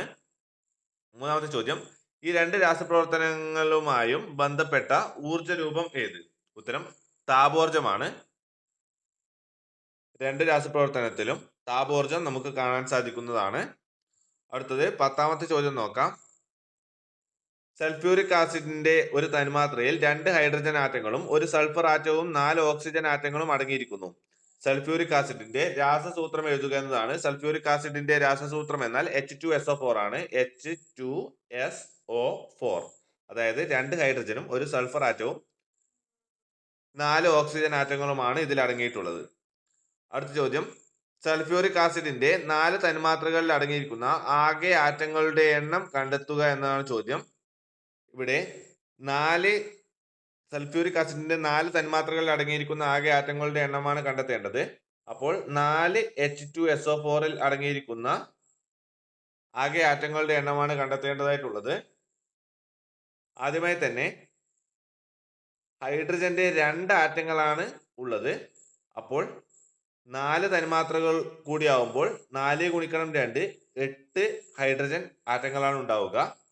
ഇനി സൾഫറിന്റെ 1 ആറ്റമാണ് 1 H2SO4 ഉള്ളത്. അപ്പോൾ 4 തന്മാത്രകളിൽ 4 സൾഫർ ആറ്റങ്ങൾ കാണാം. 1 H2SO4ൽ 4 ഓക്സിജൻ ആറ്റങ്ങളാണ് ഉള്ളത്. അപ്പോൾ 4 H2SO4ൽ 4 ഗുണിക്കണം 4 16 ഓക്സിജൻ ആറ്റങ്ങളാണ് ഉണ്ടായിരിക്കുക. അപ്പോൾ ഇതെല്ലാം കൂട്ടുമ്പോൾ 28 ആറ്റങ്ങളാണ് ആകെ 4 തന്മാത്ര ഓഫ് H2SO4ൽ നമുക്ക് കാണാൻ സാധിക്കുക. അടുത്തത് സി ക്വസ്റ്റ്യൻ ആണ്. ഇത്രയും എണ്ണം ആറ്റങ്ങൾ ലഭിക്കണമെങ്കിൽ എടുക്കേണ്ട അമോണിയ തന്മാത്രകളുടെ എണ്ണം എഴുതുക. അമോണിയ തന്മാത്രയുടെ ഫോർമുല NH3 എന്നതാണ്. അതായത് ഒരു നൈട്രജൻ ആറ്റവും 3 ഹൈഡ്രജൻ ആറ്റവുമാണ്. അപ്പോൾ ടോട്ടൽ 4 ആറ്റങ്ങളാണ് ഇതിലുള്ളത്. നമുക്ക് 28 ആറ്റങ്ങൾ ലഭിക്കണമെങ്കിൽ എത്ര അമോണിയ തന്മാത്ര വേണമെന്നാണ് ചോദ്യം. 28 ലഭിക്കണമെങ്കിൽ 7 അമോണിയ തന്മാത്രകൾ ആവശ്യമാണ്. കാരണം 7 ഗുണിക്കണം 4 ആണ് 28. അപ്പോൾ 7 അമോണിയ തന്മാത്രകൾ ആവശ്യമാണ്. അടുത്ത ചോദ്യം ബി ക്വസ്റ്റ്യൻ ആണ്. ഇവിടെ 3 സാമ്പിളുകൾ നൽകിയിട്ടുണ്ട്. എ ക്വസ്റ്റ്യൻ, സാമ്പിൾ ബിയിൽ അടങ്ങിയിരിക്കുന്ന ഹൈഡ്രജൻ ആറ്റങ്ങളുടെ എണ്ണം എത്ര എന്നാണ് ചോദ്യം. ഇവിടെ ഹൈഡ്രജൻ ആറ്റങ്ങളാണ് ചോദിച്ചത്. ഇത് തന്മാത്രകളുടെ എണ്ണമാണ്. ആദ്യമായി നമുക്ക് ആറ്റങ്ങൾ നോക്കാം. ഹൈഡ്രജൻ 1 ഇവിടെയുണ്ട്, 5 ഹൈഡ്രജൻ എവിടെയുണ്ട്, 1 ഇവിടെയുമുണ്ട്. അങ്ങനെ 6 ആറ്റങ്ങളുണ്ട്. അങ്ങനെയുള്ള എത്ര തന്മാത്രകളുണ്ട്? 3 തന്മാത്രകളുണ്ട്. 6 ഗുണിക്കണം 3 18 ആറ്റങ്ങളാണ്, ഹൈഡ്രജൻ ആറ്റങ്ങളാണ് സാമ്പിൾ ബിയിൽ ഉള്ളത്. അടുത്തത്, ആറ്റങ്ങളുടെ എണ്ണം ഒരുപോലെയുള്ള സാമ്പിളുകൾ ഏത് എന്നാണ് ചോദ്യം. സാമ്പിൾ എയിൽ 6 + 12 + 6, അതായത് 24 ആറ്റങ്ങളാണ് ഉള്ളത്. സാമ്പിൾ സിയിൽ 4 × 6 24 ആറ്റങ്ങളാണ് ഉള്ളത്. അപ്പോൾ എയിലും സിയിലുമാണ് ഒരുപോലെ ആറ്റങ്ങൾ ഉള്ളത്. എ ആൻഡ് സി ആണ് ഇവിടുത്തെ ശരിയായിട്ടുള്ള ഉത്തരം. അടുത്തത് സി ക്വസ്റ്റ്യൻ ആണ്. സാമ്പിൾ എയുടെ 5 തന്മാത്രകളിൽ ആകെ ആറ്റങ്ങളുടെ എണ്ണം എത്ര എന്നാണ് ചോദ്യം. ഇവിടെ സാമ്പിൾ എയുടെ ഒരു തന്മാത്രയിൽ 24 ആറ്റങ്ങളാണ് ഉള്ളത്. 6 + 12 + 6, അങ്ങനെ 24 ആറ്റങ്ങളാണ് ഉള്ളത്. അങ്ങനെ 5 തന്മാത്ര എന്ന് വരുമ്പോൾ 24 ഗുണിക്കണം 5, 120 ആറ്റങ്ങളാണ് ഉണ്ടായിരിക്കുക. അപ്പോൾ കെമിസ്ട്രി ചോദ്യങ്ങൾ അവസാനിച്ചു. ഇനി ബയോളജി ചോദ്യങ്ങൾ നോക്കാം. അടുത്തതായി ബയോളജി ചോദ്യങ്ങളാണ്. ഒന്നാമത്തെ ചോദ്യം നോക്കാം. ജീവാണു വളങ്ങളുമായി ബന്ധപ്പെട്ട് ചുവടെ നൽകിയിരിക്കുന്ന പ്രസ്താവനകളിൽ ശരിയായവ തിരഞ്ഞെടുക്കുക എന്നതാണ് ചോദ്യം. ഇവിടെ മണ്ണിന്റെ ഘടനയ്ക്കും വിഘാടകർക്കും ദോഷം ചെയ്യുന്നില്ല, സസ്യങ്ങൾക്ക് എളുപ്പത്തിൽ ആഗിരണം ചെയ്യാൻ കഴിയും, നൈട്രജൻ, ഫോസ്ഫറസ് എന്നിവയുടെ സ്ഥിരീകരണത്തിന് സഹായിക്കുന്നു, ജൈവാവശിഷ്ടങ്ങളിൽ നിന്നും സ്വതന്ത്രമാകുന്ന പോഷകങ്ങളാണ് സസ്യങ്ങൾക്ക് ലഭിക്കുക എന്നതാണ് ഇവിടെ നൽകിയിരിക്കുന്ന 4 പ്രസ്താവന. ഇവയിൽ ശരിയായ പ്രസ്താവനയാണ് ചോദിച്ചിട്ടുള്ളത്. ഇവിടെ മണ്ണിന്റെ ഘടനയ്ക്കും വിഘാടകർക്കും ദോഷം ചെയ്യുന്നില്ല എന്നത് ശരിയായിട്ടുള്ള ഒരു പ്രസ്താവനയാണ്. കൂടാതെ നൈട്രജൻ, ഫോസ്ഫറസ് എന്നിവയുടെ സ്ഥിരീകരണത്തിന് സഹായിക്കുന്നു എന്നതും ശരിയാണ്. അപ്പോൾ 1, 3 ശരി എന്നിവ ഉള്ള ഓപ്ഷൻ ബി ആണ് ഇവിടുത്തെ ശരിയായിട്ടുള്ള ഉത്തരം. അടുത്ത ചോദ്യം നോക്കാം. രണ്ടാമത്തെ ചോദ്യം നോക്കാം. രണ്ടാമത്തെ ചോദ്യം, തന്നിരിക്കുന്ന ചിത്രീകരണത്തിൽ പ്രോകാരിയോട്ട് കോശങ്ങളുടെ സവിശേഷതകൾ തിരഞ്ഞെടുത്ത് എഴുതുക. കോശാംഗങ്ങൾ കുറവ്, സ്തരാവരണത്തോടു കൂടിയ കോശാംഗങ്ങൾ, കൂടുതൽ കോശാംഗങ്ങൾ, സ്തരാവരണമുള്ള കോശാംഗങ്ങൾ ഇല്ല എന്നിവയാണ് ഓപ്ഷൻസ് ആയി നൽകിയിട്ടുള്ളത്. ഇവിടെ ശരിയായിട്ടുള്ള ഉത്തരം കോശാംഗങ്ങൾ കുറവ്, അതോടൊപ്പം തന്നെ സ്തരാവരണമുള്ള കോശാംഗങ്ങൾ ഇല്ല. അതായത് 1, 4 ശരിയാണ്. അതായത് സി ആണ് ഇവിടുത്തെ ശരിയായിട്ടുള്ള ഉത്തരം. അടുത്തത് മൂന്നാമത്തെ ചോദ്യം നോക്കാം. മൂന്നാമത്തെ ചോദ്യം, ചിത്രീകരണം ഉചിതമായി പൂർത്തിയാക്കുക എന്നതാണ് ചോദ്യം. സ്മാർട്ട് ഫാമിംഗുമായി ബന്ധപ്പെട്ടുള്ള ചോദ്യമാണ്. ഇവിടെ സെൻസറുകളുടെ സഹായത്താൽ ജലാംശം, കീടബാധ എന്നിവ തിരിച്ചറിഞ്ഞ് യന്ത്ര സഹായത്താൽ പ്രശ്ന പരിഹാരം എന്നതാണ്. അങ്ങനെയുള്ള രീതിയുടെ പേര് ഇന്റർനെറ്റ് ഓഫ് തിങ്സ്, അതായത് IoT എന്നതാണ് ഇവിടുത്തെ ഉത്തരം. അടുത്തത് ഹൈഡ്രോപോണിക്സ് എന്നത് എന്താണെന്ന് ചോദിച്ചിട്ടുണ്ട്. അതാണ് ഇവിടെ എഴുതേണ്ടത്. ഹൈഡ്രോപോണിക്സ് എന്നാൽ പോഷകലായനിയിൽ സസ്യങ്ങളെ വളർത്തുകയും സെൻസറുകളുടെ സഹായത്താൽ പോഷകങ്ങളുടെ അളവ് തിരിച്ചറിഞ്ഞ് ആവശ്യാനുസരണം ലഭ്യമാക്കുകയും ചെയ്യുന്നതിനാണ് ഹൈഡ്രോപോണിക്സ് എന്ന് പറയുന്നത്. അടുത്തത് നാലാമത്തെ ചോദ്യം, രാസപരിണാമ സിദ്ധാന്തത്തിന്റെ സാധൂകരണത്തിൽ ചുവടെ നൽകിയിരിക്കുന്ന ശാസ്ത്രജ്ഞന്മാരുടെ പങ്ക് വ്യക്തമാക്കുക എന്നതാണ് ചോദ്യം. ആദ്യമായി സിഡ്നി ഫോക്സ് എന്ത് ചെയ്തെന്ന് നോക്കാം. സിഡ്നി ഫോക്സ് പ്രോട്ടീനുകൾക്ക് സമാനമായ തന്മാത്രകളെ കൃത്രിമമായി നിർമ്മിക്കാനാവുമെന്ന് തെളിയിച്ച ശാസ്ത്രജ്ഞനാണ്. അടുത്തതായി ബി ആയി നൽകിയത് ജോവാൻ ഓറോ ആണ്. Joan Oro adenine nitrogen base കൃത്യമായി നിർമ്മിക്കുകയാണ് ചെയ്തത്. അടുത്തത് 5-ാമത്തെ ചോദ്യമാണ്. ജലവിനിയോഗവുമായി ബന്ധപ്പെട്ട ചിത്രം നിരീക്ഷിച്ച് തന്നിരിക്കുന്ന ചോദ്യങ്ങൾക്ക് ഉത്തരം എഴുതുക എന്നതാണ് ചോദ്യം. എ ക്വസ്റ്റ്യൻ, ചിത്രത്തിൽ നൽകിയിരിക്കുന്ന ജലസേചന രീതി ഏത് എന്നാണ് ചോദ്യം. ഉത്തരം തിരിനനയാണ്. തിരിനനയാണ് ഇവിടുത്തെ ഉത്തരം. അടുത്തത് ബി ക്വസ്റ്റ്യൻ, ഈ രീതിയുടെ 2 മേന്മകൾ എഴുതുക. ഇതുവഴി ചെടികളുടെ വേരുപടലത്തിന് സമീപത്തേക്ക് ജലം നേരിട്ടെത്തിക്കാം. കൂടാതെ തുള്ളി നനയേക്കാൾ കുറച്ച് ജലം മാത്രമേ ഇതിന് വേണ്ടി വരികയുള്ളൂ. എന്നിങ്ങനെയാണ് തിരിനനയുടെ സവിശേഷത. അടുത്തതായി 6-ാമത്തെ ചോദ്യമാണ്.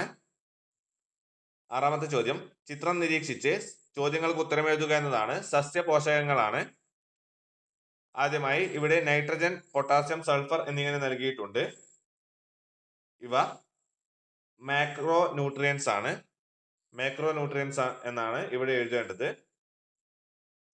അടുത്തത് മൈക്രോ ന്യൂട്രിയൻസ് എന്നാണ് ഇവിടെ നൽകിയിട്ടുള്ളത്.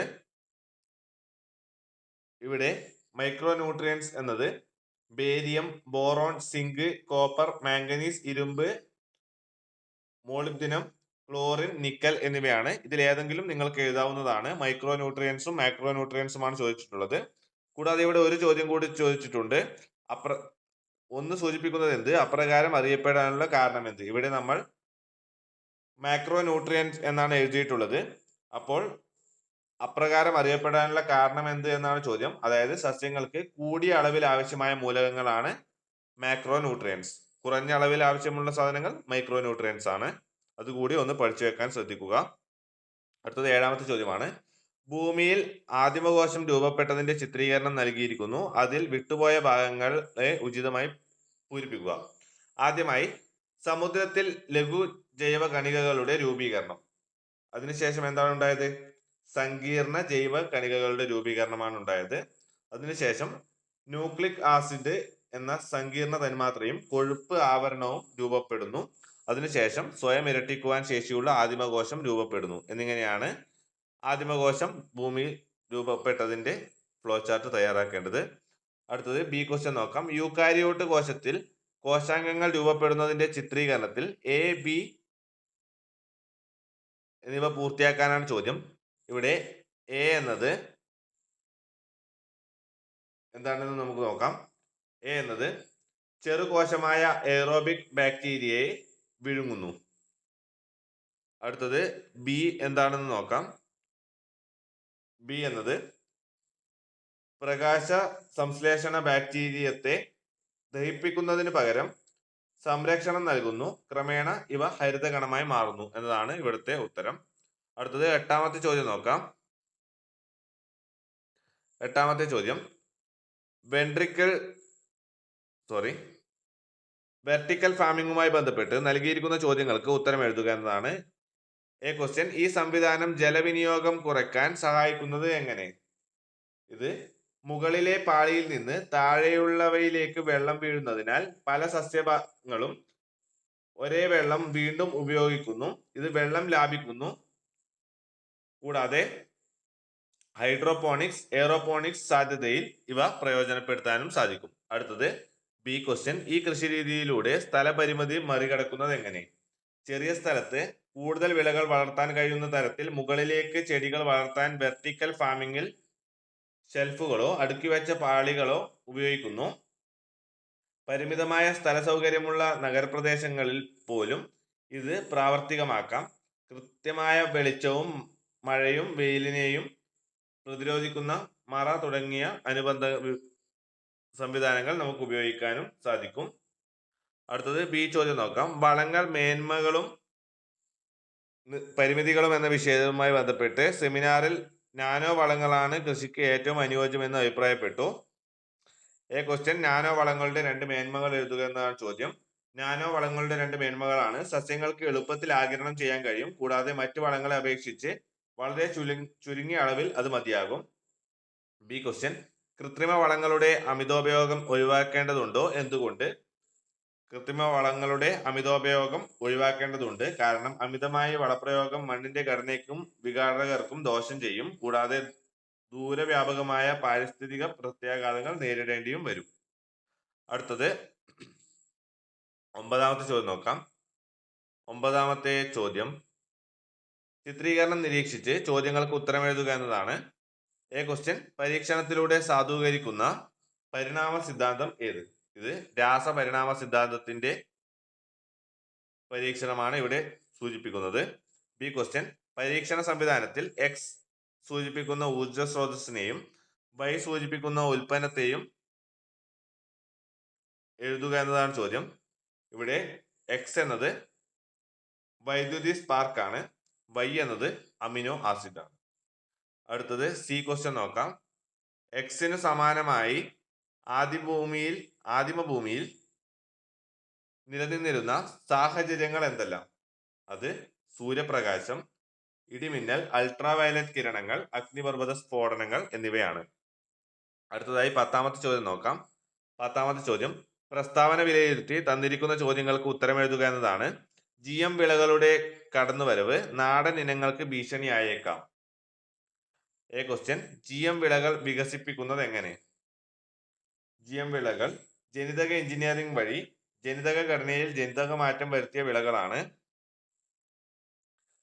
അടുത്തത് ബി ക്വസ്റ്റ്യൻ, നാടൻ ഇനങ്ങൾ നിലനിർത്തേണ്ടതിന്റെ ആവശ്യകത എന്ത്? നാടൻ ഇനങ്ങൾ പ്രാദേശിക പരിസ്ഥിതിയോട് ഇണങ്ങി വളർന്നവയായിരിക്കും. അവ ആ പ്രദേശത്തുള്ള കീടങ്ങൾക്കും രോഗങ്ങൾക്കും എതിരെ സ്വാഭാവികവും പ്രതിരോധം ആർജിച്ചിരിക്കുന്നതിനാൽ കീടനാശികളുടെ ഉപയോഗം കുറയ്ക്കാൻ സാധിക്കും. അടുത്തത് ബി ക്വസ്റ്റ്യൻ നോക്കാം. പ്രസ്താവന വിലയിരുത്തി തന്നിരിക്കുന്ന ചോദ്യങ്ങൾക്ക് ഉത്തരം എഴുതുക എന്നതാണ്. ഇവിടുത്തെ പ്രസ്താവന കൃഷിയിടങ്ങളിലെ കീടങ്ങളെ പൂർണ്ണമായും കൊന്നൊടുക്കാതെയും പ്രകൃതിക്ക് ദോഷം വരുത്താതെയും കീടനിയന്ത്രണം സാധ്യമാണ് എന്നതാണ്. എ ക്വസ്റ്റ്യൻ, ഇതിനായി സ്വീകരിക്കാവുന്ന ഏതെങ്കിലും 2 മാർഗങ്ങൾ നിർദ്ദേശിക്കുക. ഉത്തരം, പലതരം വലകളും കെണികളും കൊണ്ടുള്ള യാന്ത്രിക കീടനിയന്ത്രണ മാർഗങ്ങൾ ഉപയോഗിക്കാം. കൂടാതെ മിത്ര കീടങ്ങൾ എന്നതും ഉപയോഗിക്കാം. ബി ക്വസ്റ്റ്യൻ, ഇത്തരം കീടനിയന്ത്രണം എന്ത് പേരിൽ അറിയപ്പെടുന്നു? ഉത്തരം, സംയോജിത കീടനിയന്ത്രണം. അപ്പോൾ മലയാളം മീഡിയം ചോദ്യങ്ങൾ ഇവിടെ അവസാനിക്കുന്നു. വീഡിയോ നിങ്ങൾക്ക് ഉപകാരപ്രദമായെന്ന് കരുതുന്നു. മലയാളം മീഡിയം വിദ്യാർത്ഥികൾ ചാനൽ ഇതുവരെയും സബ്സ്ക്രൈബ് ചെയ്തിട്ടില്ലെങ്കിൽ ചാനൽ ഇപ്പോൾ തന്നെ സബ്സ്ക്രൈബ് ചെയ്ത് വാട്സാപ്പ് ചാനലിൽ കൂടി ജോയിൻ ചെയ്യാൻ ശ്രദ്ധിക്കുക. അപ്പോൾ നിങ്ങൾക്ക് നല്ലൊരു പരീക്ഷ ആവട്ടെ എന്ന് കരുതുന്നു. Thank you for watching. അപ്പോൾ അടുത്തതായി ഇംഗ്ലീഷ് മീഡിയം ക്വസ്റ്റ്യൻസ് ആണ് ഡിസ്കസ് ചെയ്യുന്നത്. നിങ്ങൾ ചാനൽ സബ്സ്ക്രൈബ് ചെയ്തുവെന്നും അതോടൊപ്പം തന്നെ വാട്സാപ്പ് ചാനലിൽ ജോയിൻ ചെയ്തുവെന്നും കരുതുന്നു. അപ്പോൾ നമുക്ക് നേരെ ചോദ്യങ്ങളിലേക്ക് കടക്കാം. ആദ്യമായി തന്നെ ഫിസിക്സ് ക്വസ്റ്റ്യൻസ് ആണ് ഡിസ്കസ് ചെയ്യുന്നത്. ഒന്നാമത്തെ ചോദ്യം, identify the quantity that can be measured using the fundamental unit second. Answer, duration to complete a race എന്നതാണ്. ടൈമാണ് നമ്മൾ ടൈമിന്റെ യൂണിറ്റ് ആണ് സെക്കൻഡ്. അപ്പോൾ റേസ് കംപ്ലീറ്റ് ചെയ്യാൻ എടുത്ത സമയമാണ് നമ്മൾ സെക്കൻഡിൽ മെഷർ ചെയ്യുന്നത്. അടുത്തത് രണ്ടാമത്തെ ചോദ്യം, statement 1, the wear and tear of surface of moving machine parts in contact and the ability to hold object firmly are advantages of friction. Statement 2, obstruction to smooth movement between machine parts and fuel loss are disadvantages of friction. The right answer is option B. Only the second statement is correct. The first statement is wrong and the second statement is right. അടുത്തത് മൂന്നാമത്തെ ചോദ്യം നോക്കാം. മൂന്നാമത്തെ ചോദ്യം, observe the figure. The least count of a commonly used scale is 0.1 centimeter. What does this mean? Least count is the smallest possible value that can be accurately measured by that instrument. B question, what is the least count of the measuring jar shown in the figure? Here we can see in between 1 and 2 we can see 4 lines.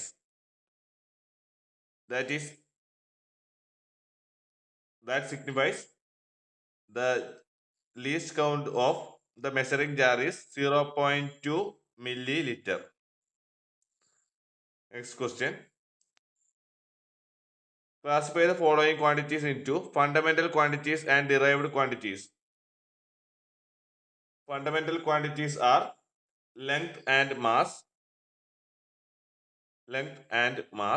and derived quantities are area and volume. Fifth question. Complete the table related to state of motion and state of rest. Context. The hat on the head relative to the running child. It is state of rest. And the hat on the head of the running child relative to the ground. That is state of motion. A answer state of rest and B answer state of motion. Next question. Sixth question. Here are some entities from a child's science diary. Find the incorrect ones and correct them. Density of kerosene 810 kilogram per m per m എന്നാണ് എഴുതിയിട്ടുള്ളത്. ഇത് തെറ്റാണ്. 810 kilogram per metre cube ആണ് ശരിയായിട്ടുള്ള answer. Length of A pen 12 cm, അത് ശരിയായിട്ടുള്ള കാര്യമാണ്. അടുത്തത് force applied on an object 20 newton ആണ്. അത് ന്യൂട്ടന്റെ എൻ എന്നത് ക്യാപിറ്റൽ ലെറ്റർ ആണ് എഴുതേണ്ടത്.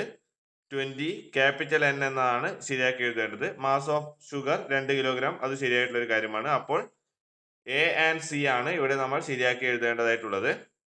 അടുത്തത് ഏഴാമത്തെ ചോദ്യം നോക്കാം. ഏഴാമത്തെ ചോദ്യം. The motion of a mango falling from a tree and a cricket ball hit by a bat both require force. Explain what type of forces are applied in these two situations. Motion of mango falling from a tree is due to gravitational force, which is a non-contact force, and cricket ball hit by bat is contact force, where the object need to be in contact to act. അടുത്തത് ഏഴാമത്തെ B question നോക്കാം. When sliding a heavy box on a rough surface and moving the same box on a trolley with tires, what is the difference in the quantity of force we need to apply? Explain. Answer. We need to apply less force while using a trolley because rolling friction is less than sliding friction. Next question. A bus traveled. Eighth question.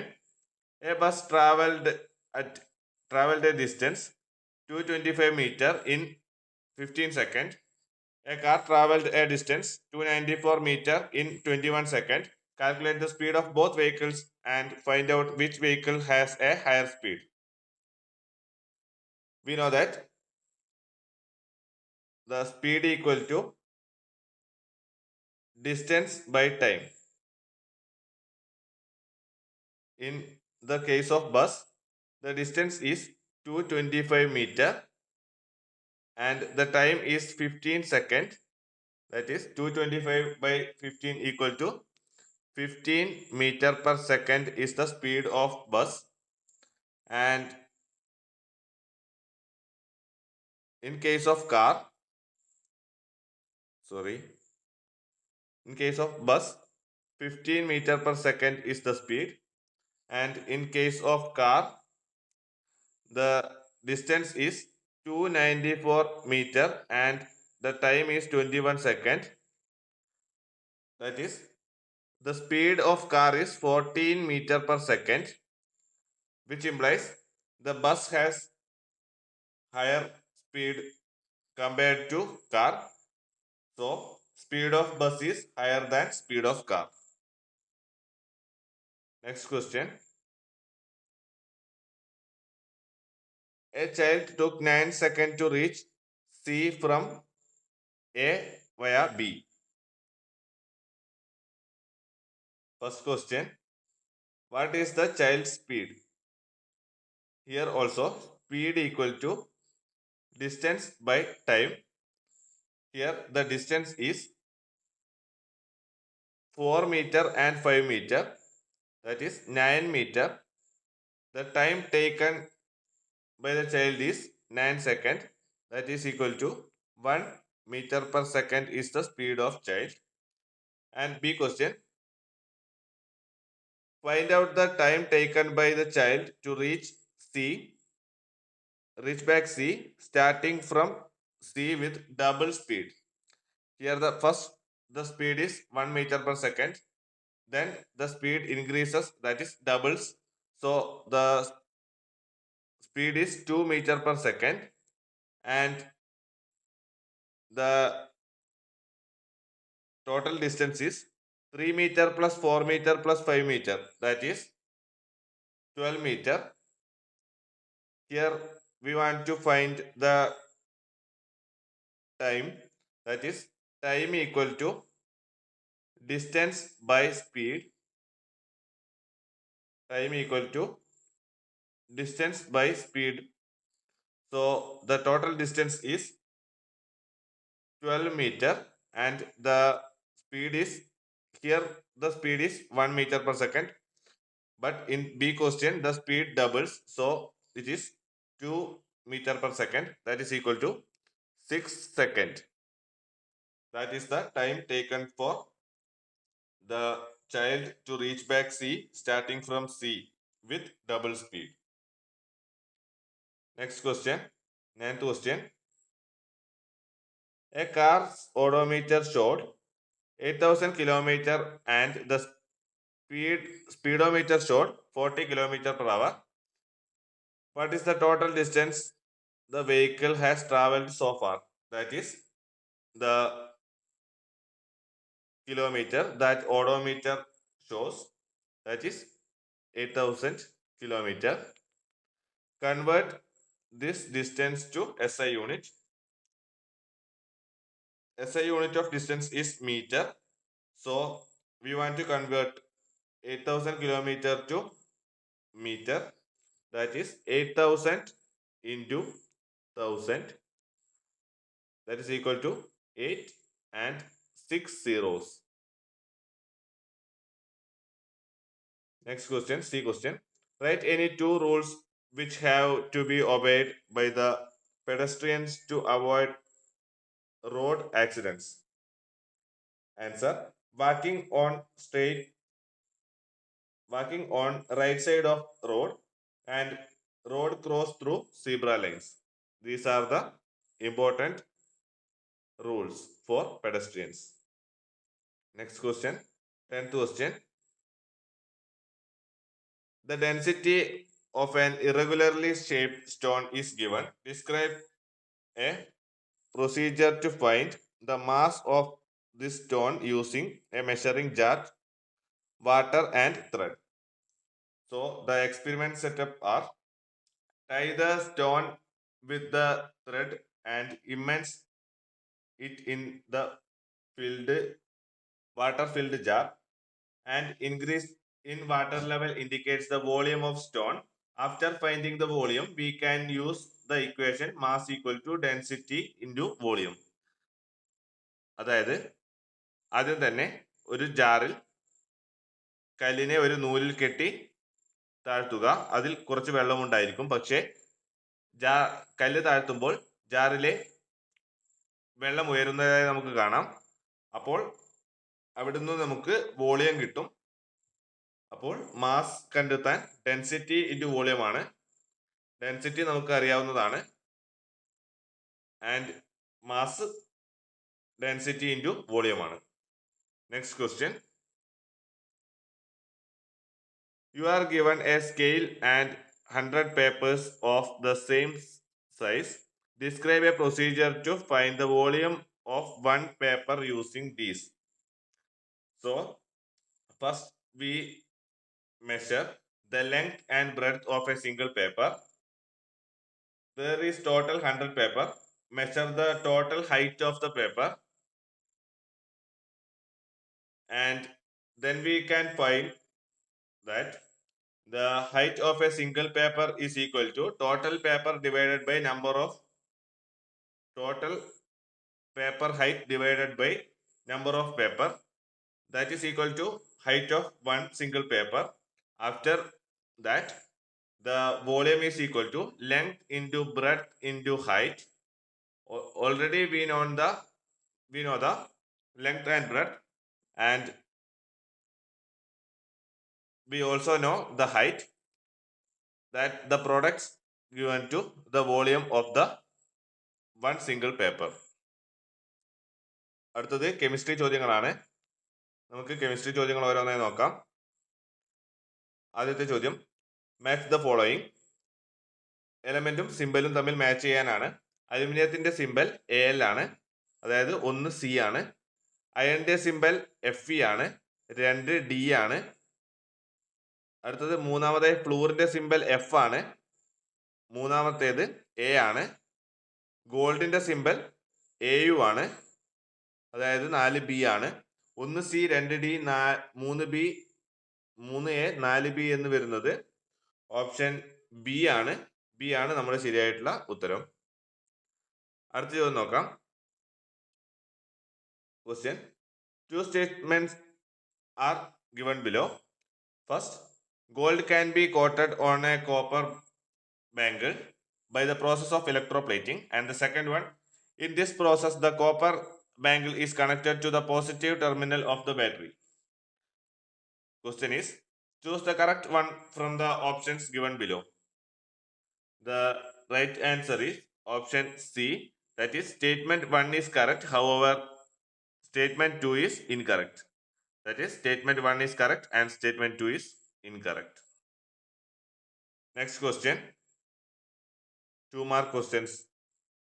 Two atoms of hydrogen and one atom of oxygen combine to form one molecule of water. Two atoms of hydrogen combine to form one oxygen molecule. A question, the substances that cannot be broken down into simpler components by chemical reactions are called elements. Next question, water is a compound. Explain. Water contains more than one element.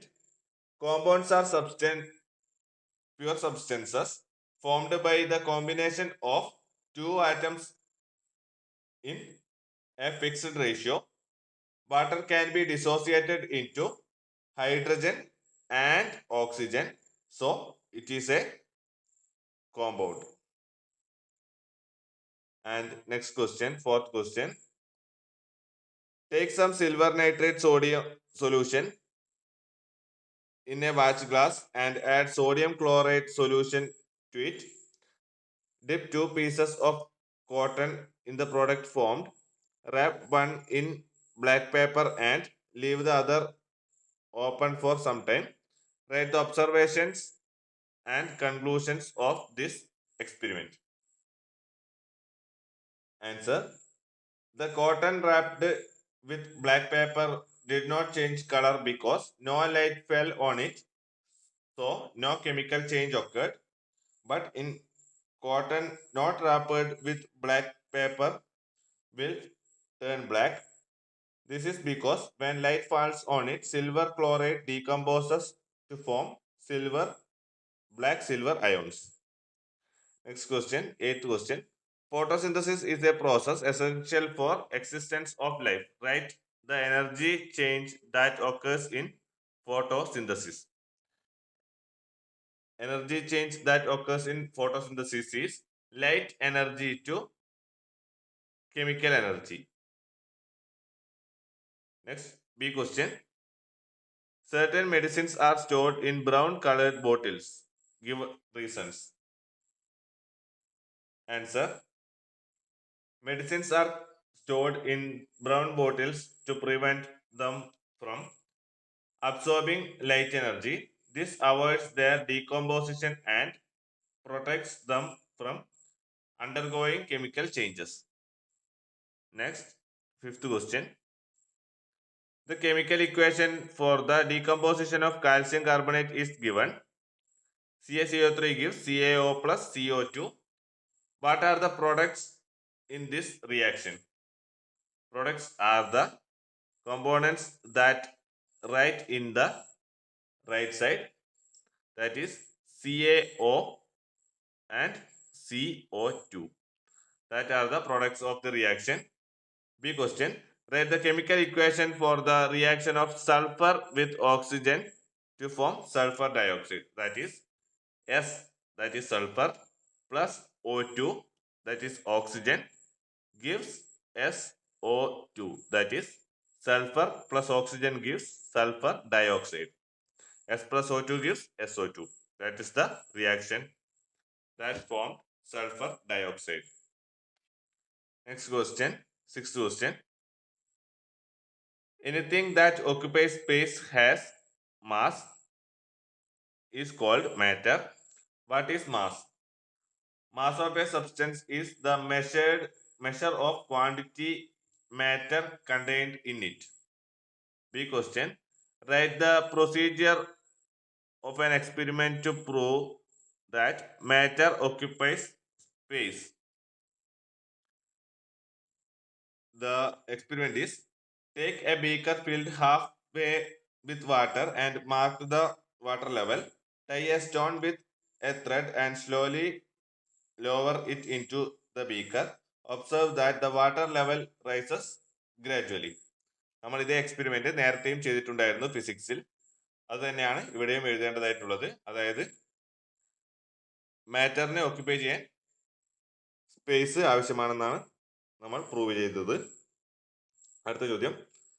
Sodium reacts with water to form sodium hydroxide and hydrogen gas.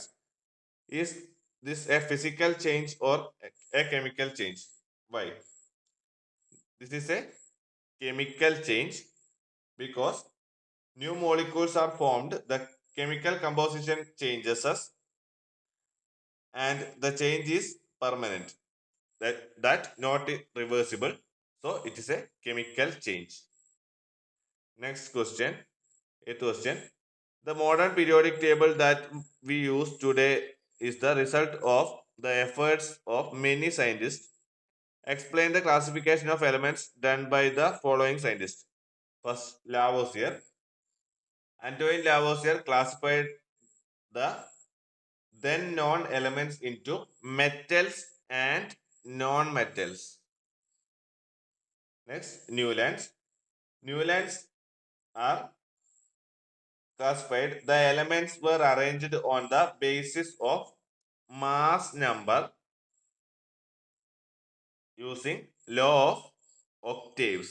Law of octaves in അടിസ്ഥാനത്തിൽ, അതായത് mass നമ്പറിന്റെ അടിസ്ഥാനത്തിൽ law of octaves ആണ് ന്യൂലാൻഡ്സിന്റെ contribution. Next question, B question. How did Mendeleev classify the elements? The elements were arranged in the ascending order of atomic mass. Atomic mass. B question. Write one advantages of Mendeleev's periodic table.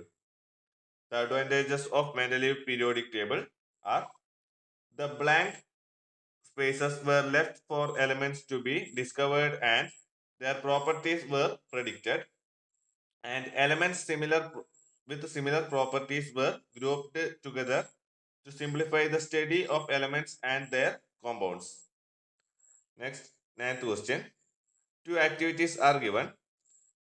First one, take some ammonium chloride in a watch glass and add some barium hydroxide to it.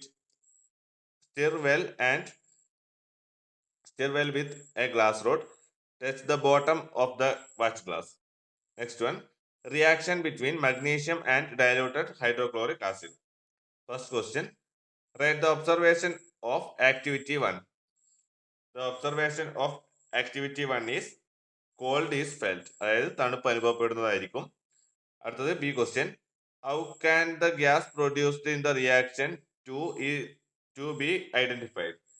To identify the gas produced by the reaction 2, that is, bring a burning matchstick or sandalwood stick near the mouth of the test tube. It burns with a popping sound. This indicates the presence of hydrogen. Next one, which form of energy is associated with these two reactions? That is heat energy. Next question, 10th question. One molecule of sulfuric acid contains 2 hydrogen atoms and 1 sulfur atom and 4 oxygen atom. That is, first question, write the chemical formula of sulfuric acid. That is H2SO4. this signifies the 2 atoms of hydrogen and 1 sulfur atom and 4 oxygen atom. Second question, find the total number of atoms present in 4 molecules of sulfuric acid. 1 molecule of sulfuric acid is H2SO4. Here we can find the number of atoms in 4 H2SO4. That is, first the number of hydrogen atoms, that is 4 into 2, 8, plus 4 into 1, 4, plus 4 into 4, 16. That is equal to 28 atoms are present in 4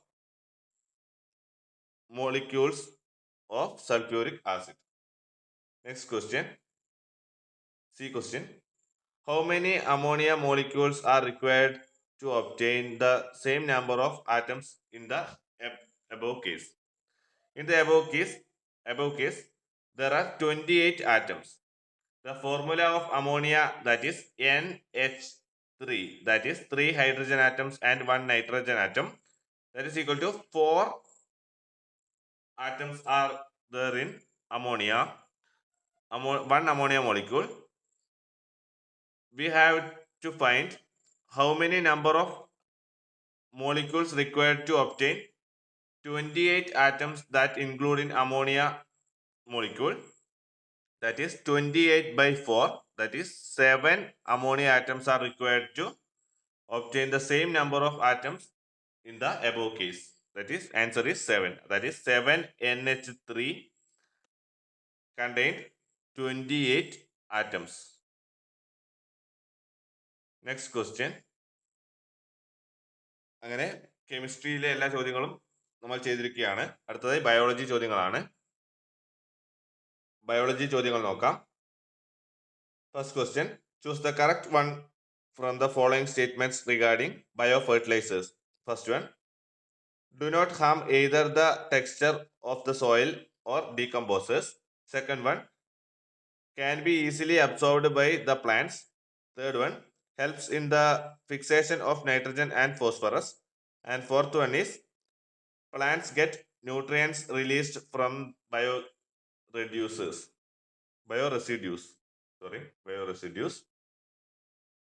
Here the first and third statements are right, so option B is the right answer.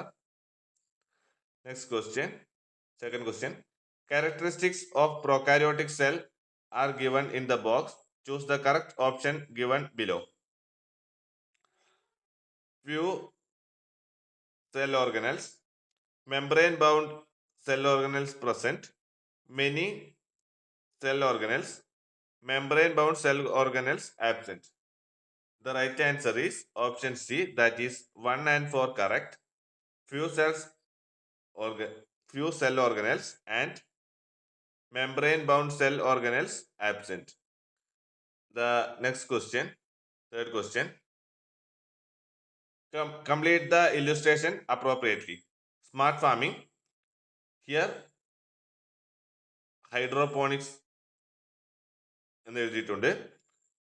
ഇവിടെ എന്താണ് വരുന്നത് നോക്കാം. With the help of sensors, moisture, fertility and pest infestation are identified and a problem solving system is prepared with the help of machines. അതിനെന്താണ് പറയുക? Internet of things, അതായത് IoT എന്നതാണ് ഇവിടുത്തെ ഉത്തരം. അടുത്തത് ഹൈഡ്രോപോണിക്സ് എന്നാൽ plants are grown in nutrient solution and with the help of sensors the amount of nutrients is detected and provided as needed. Next, fourth question, explain the role of following scientists in the validation of chemical evolution theory. First one, Sidney Fox. He proved that molecules similar to proteins can be synthesized artificially. And John Oro artificially synthesized adenine nitrogen base. Next question, observe the picture related to utilization of water and answer the given questions. First question, Which irrigation method is given in the picture? The answer is drip irrigation. And next question, write two advantages of this method. The first advantages is directly supply water to the roots of plants through a cotton cloth, filter from a water source. And next one, it requires less water than drip irrigation. Next question, observe the illustration and answer the questions. Here, plant nutrients that are classified into micronutrients, and here we write macronutrients. Macro. And the macronutrients are nitrogen, potassium, sulfur, and the here we write some micronutrients. For example, that are barium, boron, zinc, copper, manganese, iron, molybdenum, chlorine, nickel, etc. Here we can write any two of these. And there is also one question, that is, why does one indicate what does one indicate and why it is known as such manner? Here we write, that is macronutrients, and the question is why it known as such a manner. The answer is macronutrients are the elements required in large quantities. Macronutrients,